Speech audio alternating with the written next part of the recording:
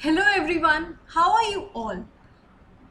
Welcome back to my channel. So today we will start with circular flow of income. तो start करते हैं. Circular flow of income कहता है एक economy में इनकम जो है सर्कुलर वे में मूव करती है. अब पढ़ते हैं कैसे. सर्कुलर फ्लो ऑफ इनकम के 3 फेजेस होते हैं. पहला हमारा होता है जनरेशन ऑफ इनकम. अब पढ़ते हैं इस फेज में इनकम जनरेट कैसे होती है. इसमें क्या होता है, जो फर्म्स होती हैं वो क्या करती हैं, वो गुड्स एंड सर्विसेज प्रोड्यूस करती हैं, और जो गुड्स एंड सर्विसेज की मनी वैल्यू होती है वही तो इनकम होती है फर्म्स के लिए. तो इस फेज में इनकम जनरेट हो गई. अब क्या होता है, डिस्ट्रीब्यूशन फेज जो हमारा सेकेंड फेज है. डिस्ट्रीब्यूशन फेज में क्या होता है, जो इनकम जनरेट हो गई फर्स्ट फेज में वो डिस्ट्रीब्यूट होती है. अब जो इनकम जनरेट हुई है वो डिस्ट्रीब्यूट किस में होगी, फैक्टर्स ऑफ प्रोडक्शन के बीच में. अब फैक्टर्स ऑफ प्रोडक्शन क्या होता है, फैक्टर्स ऑफ प्रोडक्शन बेसिकली वो टूल्स होते हैं जिनकी मदद से कोई भी फॉर्म प्रोडक्शन कर पाती है.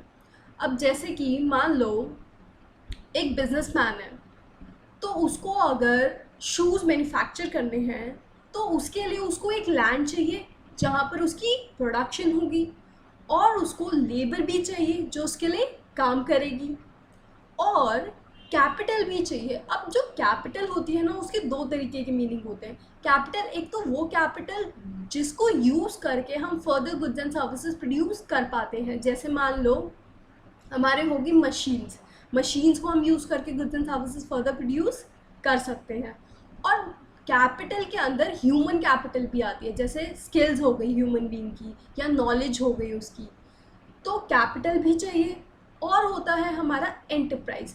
एंटरप्राइज बेसिकली वो पर्सन होता है जिसका ऑब्जेक्टिव है मुझे कुछ करना है या मुझे शूज़ की मैन्युफैक्चरिंग करनी है. तो फैक्टर्स ऑफ प्रोडक्शन हमारे क्या होते हैं, लैंड, लेबर,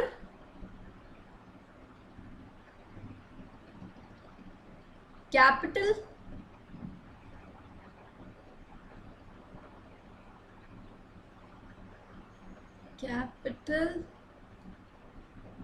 एंड एंटरप्राइज.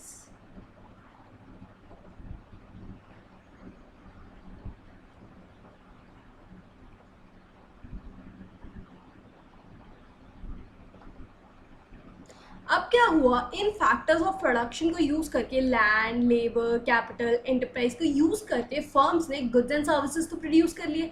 अब फर्म्स को इनको पे भी तो करना पड़ेगा. तो जितनी इनकम फर्स्ट फेज में जनरेट होती है वो सारी की सारी income in 4 factors of production के बीच में डिस्ट्रीब्यूट हो जाती है. अब कैसे, जो लैंड है, लैंड को रेंट मिल जाता है, लेबर को वेजेस मिल जाते हैं, कैपिटल को इंटरेस्ट मिल जाता है, और एंटरप्राइज को प्रॉफिट मिल जाता है. बेसिकली प्रॉफिट के लिए तो वो बिजनेस कर रहा है. अब क्या होता है, अब इन फैक्टर्स ऑफ प्रोडक्शन के पास इनकम आ गई, तो डिस्पोजिशन फेज में वो क्या करता है, डिस्पोजिशन फेज का मतलब होता है खर्च, डिस्पोज का मतलब होता है खर्च करना. तो डिस्पोजिशन फेज में क्या करते हैं, जो इनकम इनके पास आ गई है उसको खर्च कर देते हैं और गुड्स एंड सर्विसेज फर्म से परचेज कर लेते हैं. और इस फेज में क्या होता है कि कुछ भी सेव नहीं करते, जितनी भी इनकम आई है ना उनके पास वो सारी की सारी खर्च कर देते हैं और गुड्स एंड सर्विसेज फर्म से खरीद लेते हैं.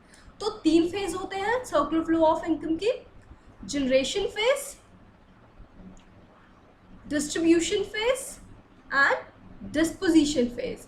तो इसमें क्या हमने पढ़ा है कि फर्म्स के पास इनकम जनरेट होती है, फिर वो फैक्टर्स ऑफ प्रोडक्शन में डिस्ट्रीब्यूट कर देते हैं, फिर फैक्टर्स ऑफ प्रोडक्शन फर्म से गुड्स एंड सर्विसेज खरीद लेते हैं और उनको पैसे दे देते हैं, क्योंकि पे तो करेंगे ना गुड्स एंड सर्विसेज खरीदेंगे. तो क्या हुआ, जहाँ पर इनकम जनरेट हुई थी, फर्म्स के पास इनकम जनरेट हुई थी और वो घूम के सर्कुलर वे में घूम के दोबारा से फर्म्स के पास आ गई.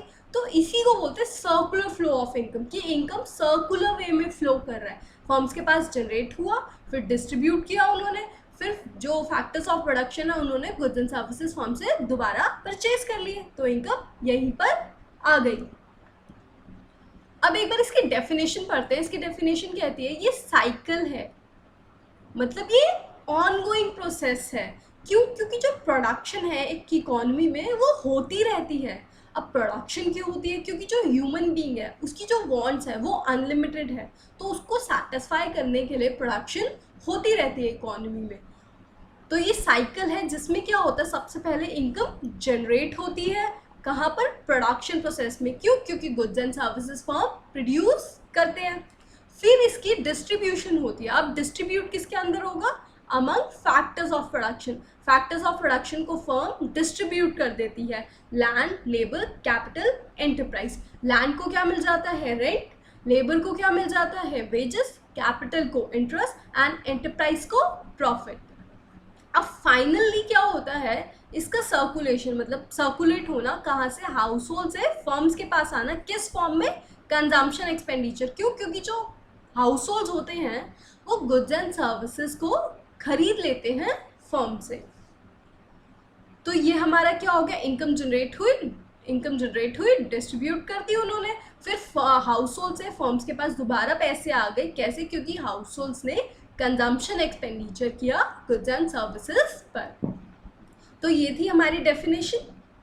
अब सर्कुलर फ्लो ऑफ इनकम जो हम इस चैप्टर में पढ़ रहे हैं उसमें कुछ एजम्पशंस हैं। एजम्पशंस, पहली एजम्पशन क्या है कि ये टू सेक्टर मॉडल है।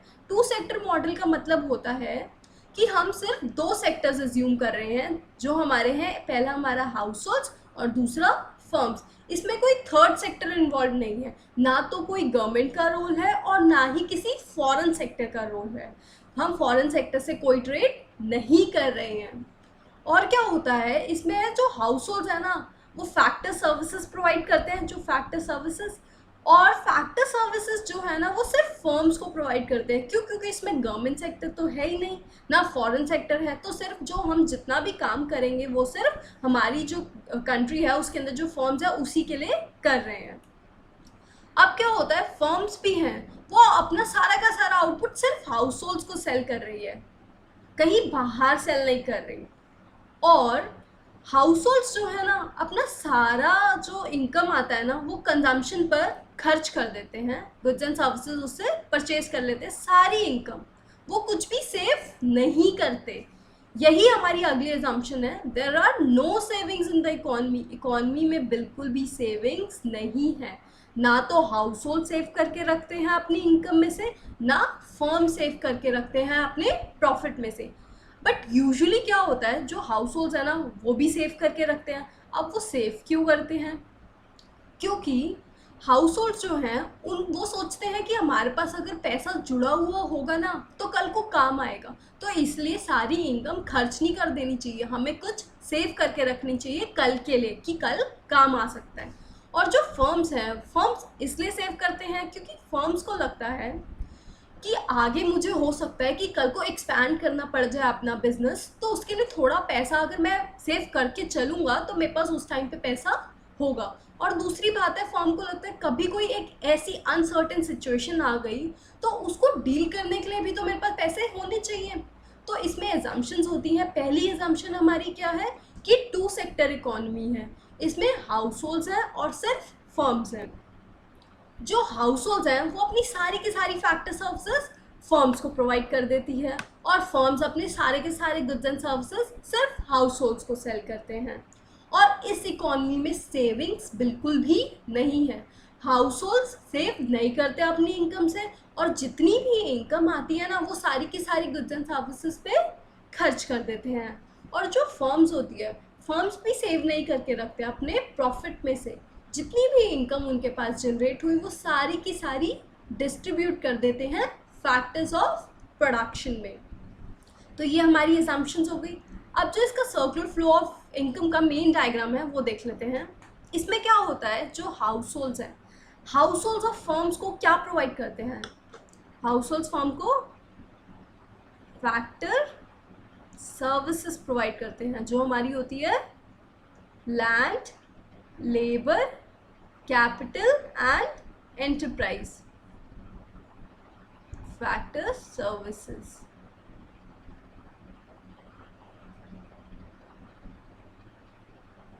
तो हाउस होल्ड्स ने फर्म्स को फैक्टर सर्विसेज प्रोवाइड कर दी, लैंड, लेबर, कैपिटल, एंटरप्राइज। अब फर्म्स क्या प्रोवाइड करेंगे हाउस होल्ड्स को? Factor payments. फैक्टर पेमेंट्स क्या होता है? पे करेंगे ना।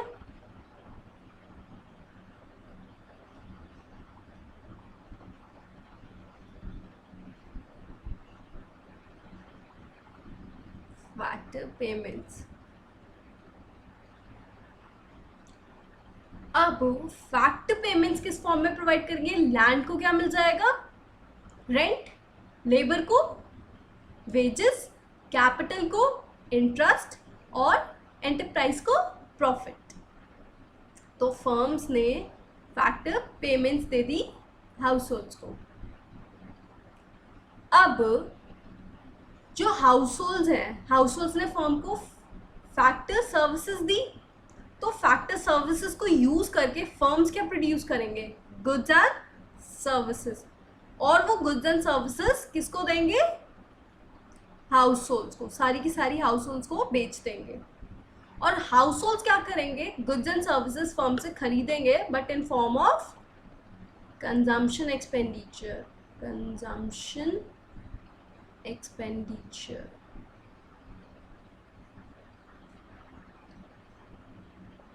ठीक है, तो यही हमारा सर्कुलर फ्लो ऑफ इनकम है। सर्कुलर वे में मूव कर रहा है ये सब, है ना। अब क्या है, अब जो कंजम्पशन एक्सपेंडिचर है हमारा, इसमें क्या हो रहा है? जो हाउस होल्ड हैं वो फर्म्स को पैसे दे रहे हैं, तो इसमें मनी इन्वॉल्व है, तो मैं इसके आगे मनी लिख रही हूँ। ठीक है, मनी। फैक्टर सर्विसेज में लैंड है, लेबर है, कैपिटल है, एंटरप्राइज है, मनी इन्वॉल्व नहीं है, तो मैं इसके आगे रियल लिख रही हूँ, रियल टर्म्स में, क्योंकि ये चीजें रियल। जो गुड्स एंड सर्विसेज है वो भी रियल टर्म्स में है, तो इसके आगे मैं रियल लिख रही हूँ। और जो हमारी फैक्टर पेमेंट्स है, फैक्टर पेमेंट्स में क्या है? फर्म्स हाउस होल्ड्स को पैसे दे रही है, तो इसमें मनी इन्वॉल्व है, तो इसके आगे मैं मनी लिख रही हूँ। अब जो ये हमारा आउटर लूप है, अगर हम आउटर लूप में देखें तो इसमें दोनों में मनी इन्वॉल्व है ना। तो जो आउटर लूप है ना, आउटर लूप,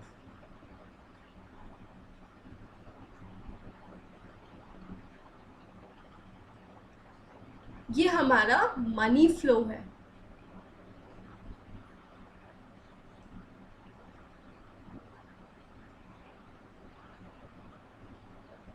मनी फ्लो का मतलब क्या है कि इसमें सिर्फ दो सेक्टर्स जो हमारे हाउस होल्ड्स और फर्म्स हैं, इसमें मनी फ्लो हो रहा है, एक दूसरे को ये आपस में मनी के टर्म्स में ट्रांजैक्शंस कर रहे हैं। और जो हमारा इनर लूप है, अगर इनर लूप देखो तो इसमें सिर्फ रियल टर्म्स में बात हो रही है, तो इनर लूप को हम कहते हैं, इनर लूप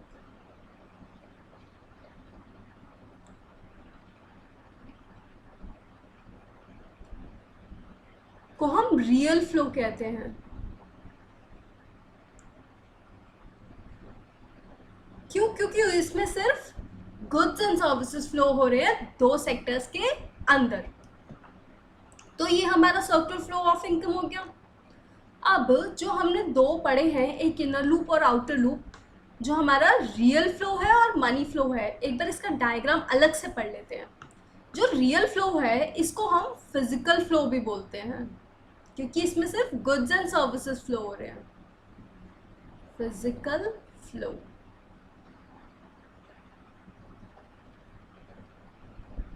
और जो हमारा मनी फ्लो है इसको हम क्या बोलते हैं? Nominal flow. Nominal flow.